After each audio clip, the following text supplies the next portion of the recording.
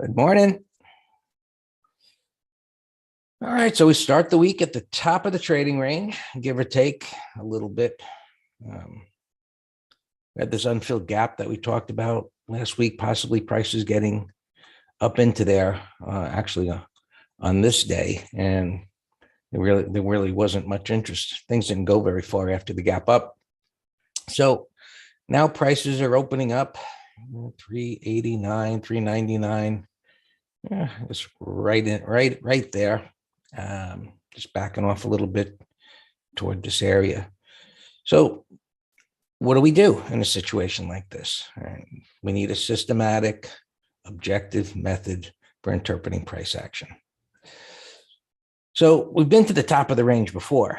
This was a breakdown failure. This was into minor resistance, and it went down, came up, which was creating the range at that time, went back down, bottom of the range, now the top of the range. Prices are still in a downtrend. Got to avoid above. 50 MA is declining right over the top of prices. So we've got pivots as overhead resistance. We've got a declining 50 MA, which is subjective as a reference point, but the majority of institutions and traders are watching that, looking at it as an area of resistance. There's really nothing to the left of it. So the question is, can it close above there, or can it go sideways here? Let's say a half hour, whatever it might be. Can it get up there and within even 15 minutes blip down and flip right back up again? Meaning, would it give us some information in a relatively short period of time this morning that this isn't just a gap up into resistance that's going to collapse? Since it went from the bottom of the range to the top of the range, and it gapped up on Friday, and now it's gapping up again. Now we'll take a look, McGraw, take a look. And now it's gapping up again into resistance. So look, we talk about the psychology of patterns, that patterns are a representation of what others think, what are their beliefs with money. So just technical analysis 101, think buy the bottom of the range, think sell the top of the range. That's the beginning of the thought process, but it's not black and white in that way. A lot of it is, how did it get to the bottom of the range and how did it get to the top of the range? Meaning, if it was going sideways, went down a little bit, when stair stepped its way down there, and then maybe a little wide range bar there. Okay, so here it gapped up. Those that bought here think, oh, it's going to go up. Those that watched this on Friday think, oh, it should go up because it's got room to the top of the range, and it gaps up. So part of the problem, while this clearly shows strength, just as this did, it did it fast. Meaning it gave large profits to those that bought here and those that bought Friday. And the psychology of that is, for some, to take the money. So as we look at what now happens at the top of the range, the reason I said, does it go sideways for whatever amount of time, or does it blip down and flip back up again? That type of a pattern gives us more information that says, hey, they're not just dumping it. Some are, right? If it formed that pattern, but others are buying the dip and bringing it right back up again, which, bar by bar analysis, right? This is part of the presentation I did a week ago. By the way, I'm going to be doing another one at a place called Traders Corner. If you missed that one, maybe you can join that one at the end of the month. But that kind of a pattern, bar by bar, with support and resistance and all of that, would be supportive of thinking this could go higher. But, at the open here, that's going to be kind of tricky because we don't have any of this. So if it gaps up and it goes, well, okay, that's good, but that's not going to give us any reason to get on board unless you're willing to press the button with a gap below. Or, if you're using intraday data, which this is kind of sketchy with the spiders, but you can see right now, it's moving down and just kind of hanging there. And all these, if you're asking, what the hell is that? They're just bad ticks. I don't know why they're happening this morning.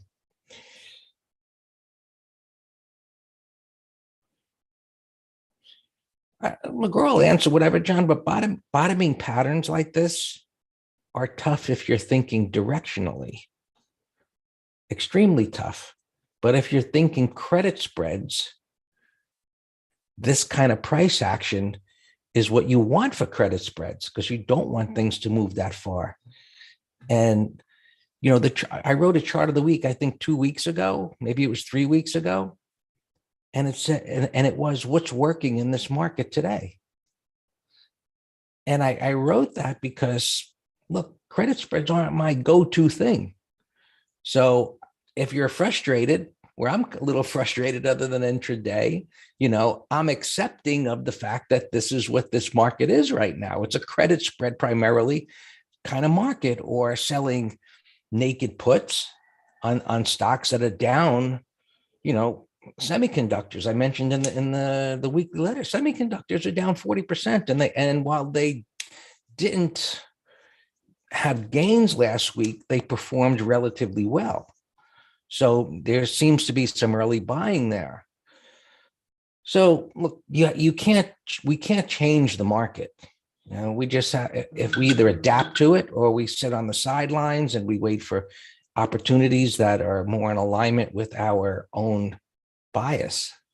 We can't change it. So getting frustrated really just frazzles our brain, I should say, to the point where when things do change, we're not going to participate because we're going to be pissed off. But, getting to credit spreads in today, and I'm looking at this gap up. So I automatically think fade the move with credit spreads, because that's what jumps the premium. And I look at SPX and it's like, this seems like, not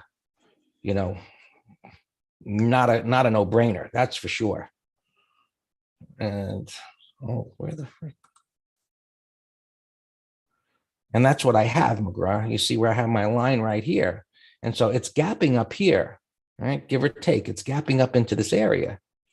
And near the top of the range. So if this thing hangs here for a half hour, well, if you sell it on the open, which you're aggressive, you might do that. And I'm talking to McGraw, but it could be up here. It could be up here in the afternoon.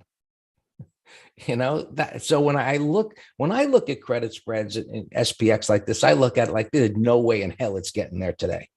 Now, anything can happen, but that's where my plan or belief system begins, where there's no way in hell it's getting up there today. And when I look at, while this has made a big move, and if you sell that spread within the first 5 minutes or so, maybe you'll be able to cover it for a profit by 10:30. But by 2:00, this could be up here. So that's really how you got to look at it. How aggressive do you want to be? Is this going to be a gap and go? I don't think so. Because again, bottom of the range, top of the range, gap up, gap up. So everything we do revolves around patterns, and of course, how we view patterns and common sense.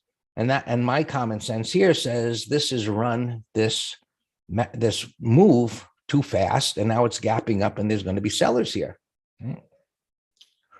Gamish. So I'm telling those on YouTube that you're sharing with me that 39.25 is gamma resistance. Well, always lo and behold, look to the left and see if there's actually price resistance there. And there is. So what does that mean for those of you on YouTube or in the chat room? What the frig is gamma resistance? Well, I had a little brain damage getting my head around that too, because gamma by definition is about the speed at which prices can move. So when you say gamma resistance, it's kind of, I don't know that the word is an oxymoron, but it's really two words that really don't belong together, in my opinion. But it really means that there's a lot of open interest in options there, and probably call options. So what it can do, right, is act as a resistance area because of that open interest. Now, the gamma part of it is that if it doesn't pull back and it hangs there and demand continues to come in at a resistance area, same way, if demand continues to come here, buyers will get more aggressive. And if buyers continue to come here and we get a pattern like a breakdown failure, there'll be more buying. So the idea behind, I'll use those words, gamma resistance, is that because market makers are hedged here against those options, they will undo their hedges, and that resistance can turn into demand and drive prices higher. So there, with every option strategy, according to how we do it at Master Trader, is combining chart analysis, MTS, with options information. Those that don't refuse, I don't say they don't know. I don't know. I guess they don't know. But if those purists of option traders are refusing or willing to open up their mind, as I did about options, I was very resistant to this idea when McGraw shared it with me. But as I delved into it, I found the value in it. And I added another layer within my analysis to add with the price analysis that was very useful. So while I don't agree with the terminology, I can accept it because that's the industry standard. And it is valuable information if you know how to use it with a chart, right? Extremely valuable. So there's the short course to, the $3,000 course on gamma. There's more to it than that, but jokingly, that is the essence of what it is, right? So can it get above this range? We'll see what happens today. What's the price action today? So that's a decent sized gap, getting up there. So getting a gap fill certainly is in the realm of possibilities, right? Downside, which I don't know if there's any juice there. Yeah, there is a cut. So 38 and a quarter, 38.20 is still 70 by 80. Anywhere near 3,800 should be okay because you got yesterday's low. I think that could be fine, Jacob, because now. So from the other side of the credit spread thought process, it's up here. What's the probability, even though there's this resistance here, what's the probability of it coming down here today? Right? Even if you did 38.20, I think pretty slim. So I think the worst scenario is it's in a trading range, back and forth here. If the worst is, it trades into this green bar. How deep? I think starting up here, it's unlikely to get all the way down there. And that's all the credit spread is. In what way are you assessing price action to come to some conclusion where prices won't go? And then it's like, well, do you think it's possible to happen in the next 8 hours? Yes or no? Dan likes to say that. Yes or no? And he's like, because he's a lawyer. And then someone says, well, what do you think? Is it possible to get down there by Friday? Well, I don't know. It depends on what the price action is up here. I really don't know yet. Well, you got to place the bet today. Yes or no by Friday? I don't know. I'll sit on my hands. I'm not doing that stupid trade, in my opinion. So I want to say, what do you think? What do you think about 4,200 by Friday? Well, it depends on what it does here today up here. If it breaks out, maybe that is possible. That's a scary thought because if it goes up there, I'm going to be destroyed. So you see where I'm going? It's you do your analysis based on the chart, based on gamma or open interest, based on is there a tradable void and patterns, and you come to an intelligent decision. Or you sit on your hands. So futures rallying up into resistance, backing off a little bit. Down here is support. Up here is resistance. Does it act well up here? If it does, it opens up the door to moving higher. Let's see what it does. Oh, so 38.20 is or 38 and a quarter, which is near Friday's low. And the upside was 39.50, 39.50-ish. Okay, Qs. Same pattern, rallying up into resistance, backing off here. Could be a boring day. This may just chop around here. And a couple of days chopping around here, especially if we get a bottoming tail bar, that would be super bullish. But let's see. Let's see. I think today is going to be show me day, you know. So the Dow is coming up, to the top of the range. It's at its 50.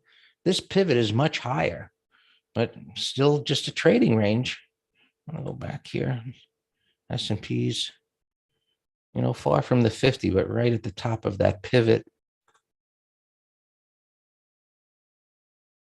Just clearing the pivot. So, a little bit of strength there. Russell, weakness, 50 MA right over its top. That is not at the top of its range yet. So if the market shows some strength, maybe it can continue higher. What do we have here? 60-minute. And, it isn't that far to the top of the range. I don't see any great opportunities today. But credit spreads, Google split. Yep.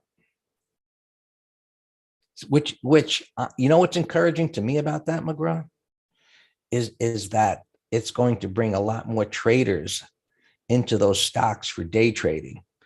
So whether it's Apple, Tesla's still up there, and but you just do less shares, but you got stocks that are movers for day traders, which is great.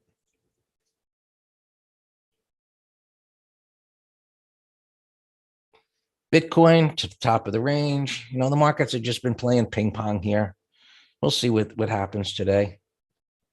And crude oil coming up, which it's come down a lot. So now if it starts coming up a bit, does that fuel the inflation fears again? Well, we know it's terrible, but as day traders and short-term traders, these little moves, even though this is down a lot, it's like, oh, here comes price of oil again, inflation fears, maybe that pulls the market down.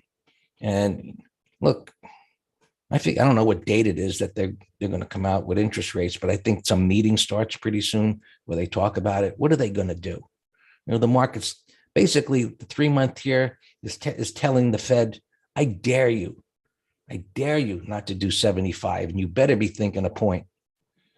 This thing's just ripping higher. Anyway, silver, last week we talked about possibly a breakdown bar failure. That's the pattern. I know resistance is right here, but historically, it does get through it when that pattern happens. Now it's in a nasty downtrend. And, it's nothing more than looking at something as a very short-term type of a pattern that gets a counter trend move to form. And gold, similar, right? Sideways, wide range bar, inside bar takes out the high of the inside bar. So these should move up a little bit more. And transports, trying to bottom here, plenty of room to go down if it fails. So today we will see. All right, show me what you can do now that you're at resistance or not. See you, Dan. Show me what you can do. That's a good title for today. All right, good morning, everyone.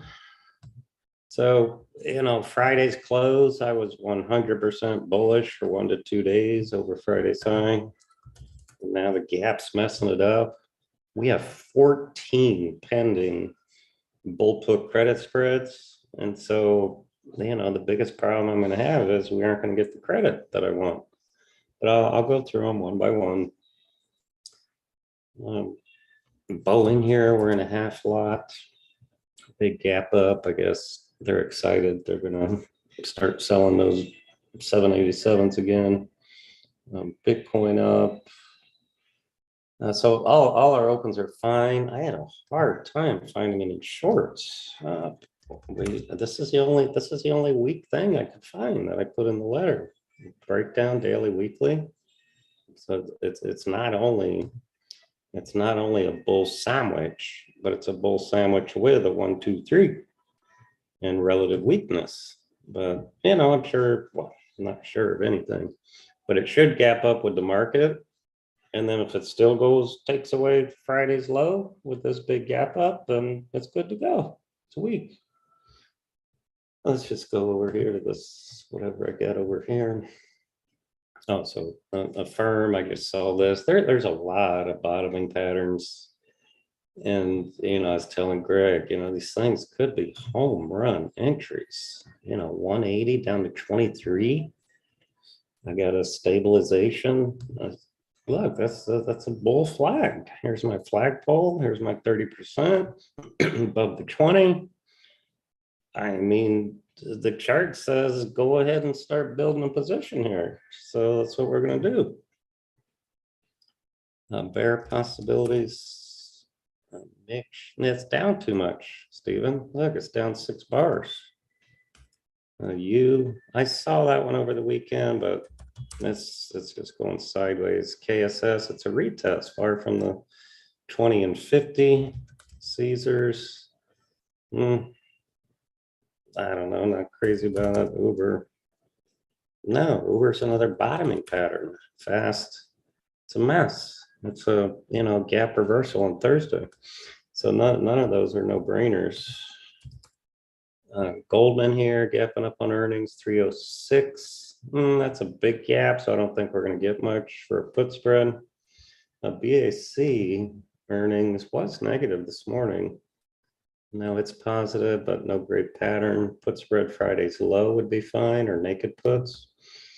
Schwab gapping up earnings. So there's a, I'll put that in this window. I got Dash on the other computer. That's put spread idea. IWM. No directional pattern whatsoever. And so yeah, Greg mentioned our credit spreads. We've been on a tear here the last 3 months. It's like, I don't know, some round numbers, but like 56 out of 60. They've been doing really well. And so that's another put spread idea. It's not a directional. But you had a gap reversal Thursday, gapping up again on earnings, and let's watch at the open.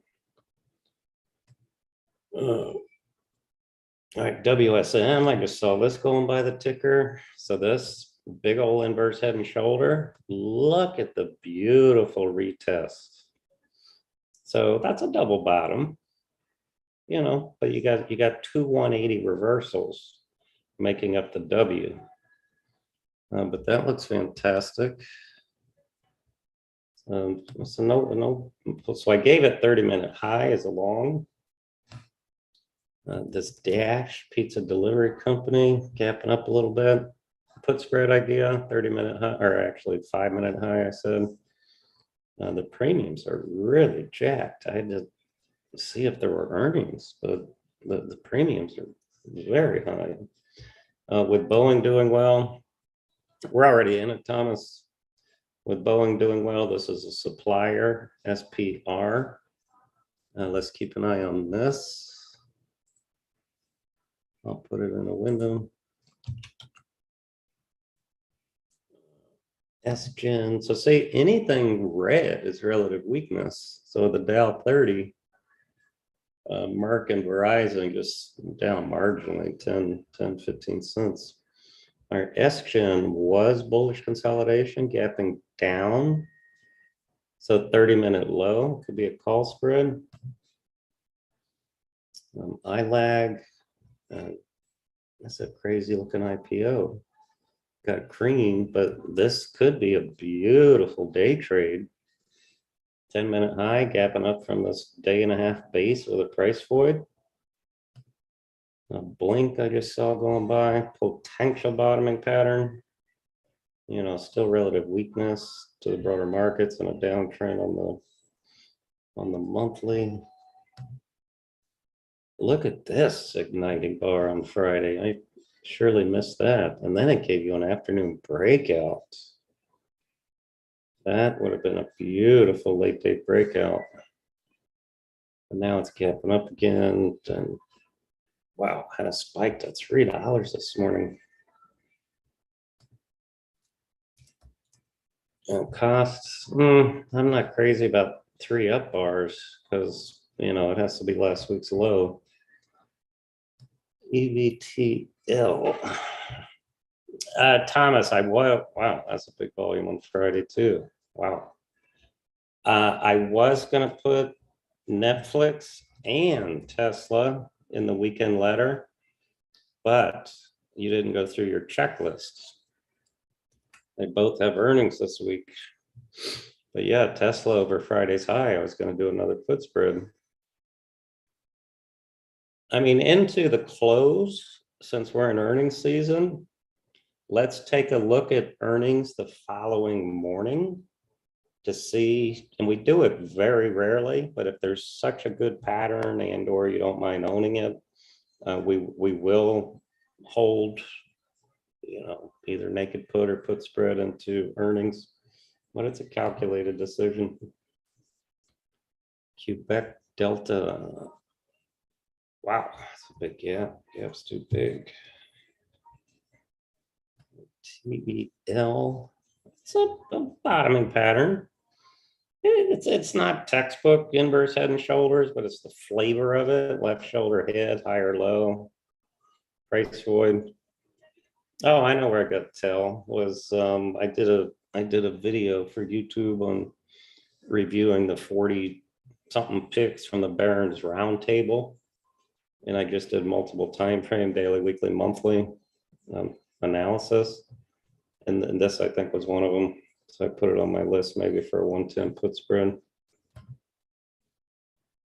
Para was one of them.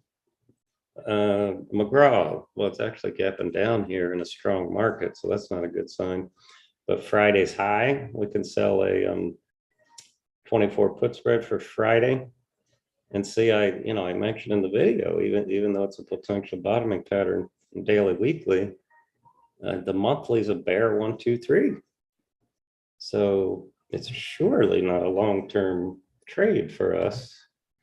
TMOS was on that list. I want to watch. This is what we call a bull rectangle. 100% move here. It's above the 20 and 50.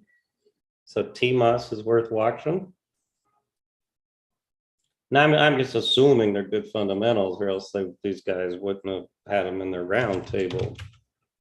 So I didn't even read the article. All I do is look at a symbol and see if I feel like watching it or not. Another bottoming pattern, HRI. But this one has room. I like this one. Friday's high.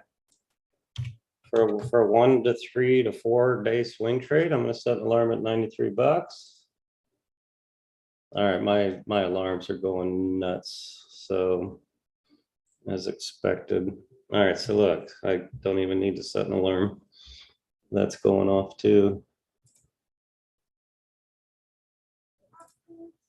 All right, so I'm going to put that over here, HRI. But this, wow, took over 1500.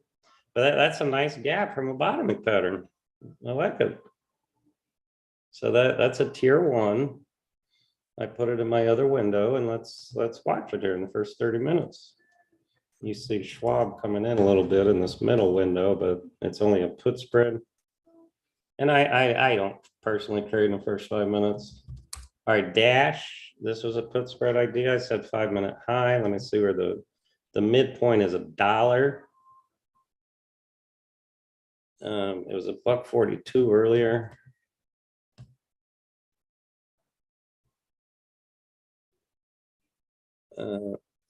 You know what? Let's try to get a $1.10, and without waiting 5 minutes. And the reason I say that is because I want 10-cent price improvement. And let's see if we get it on a little pullback here. Q's pulling in the most of the 4 horsemen so far. Mara up alarm. Let me post Dash.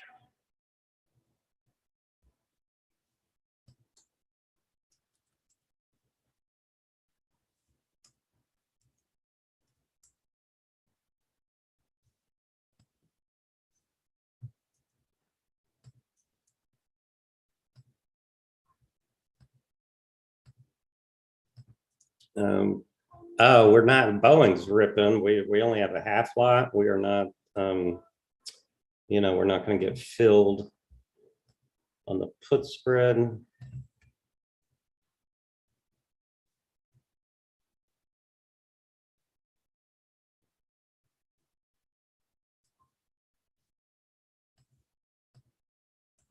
All right, Ross. I think Schwab coming in hard.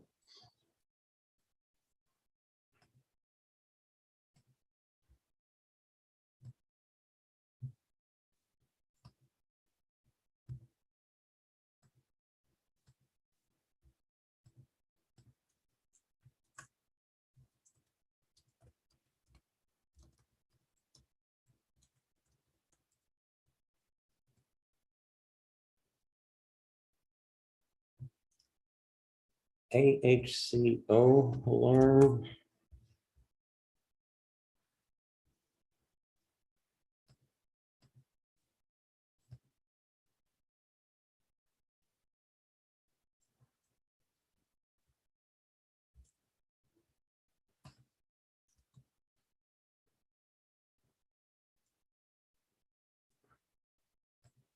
Ross 7960.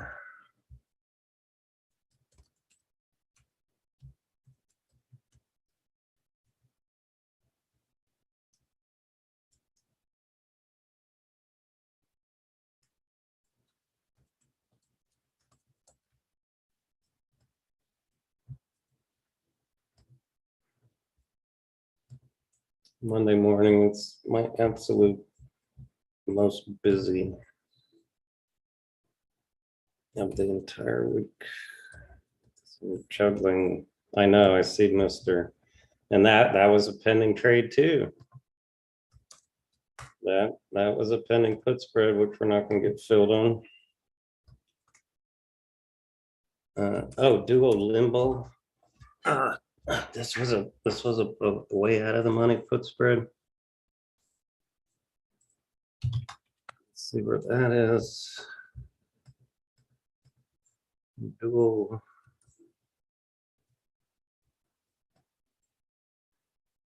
Let's see where we are. But I had this going out to hold over earnings. 65 for $1.60. Okay, they're 105 by 160. All right, so I'll put in my bid.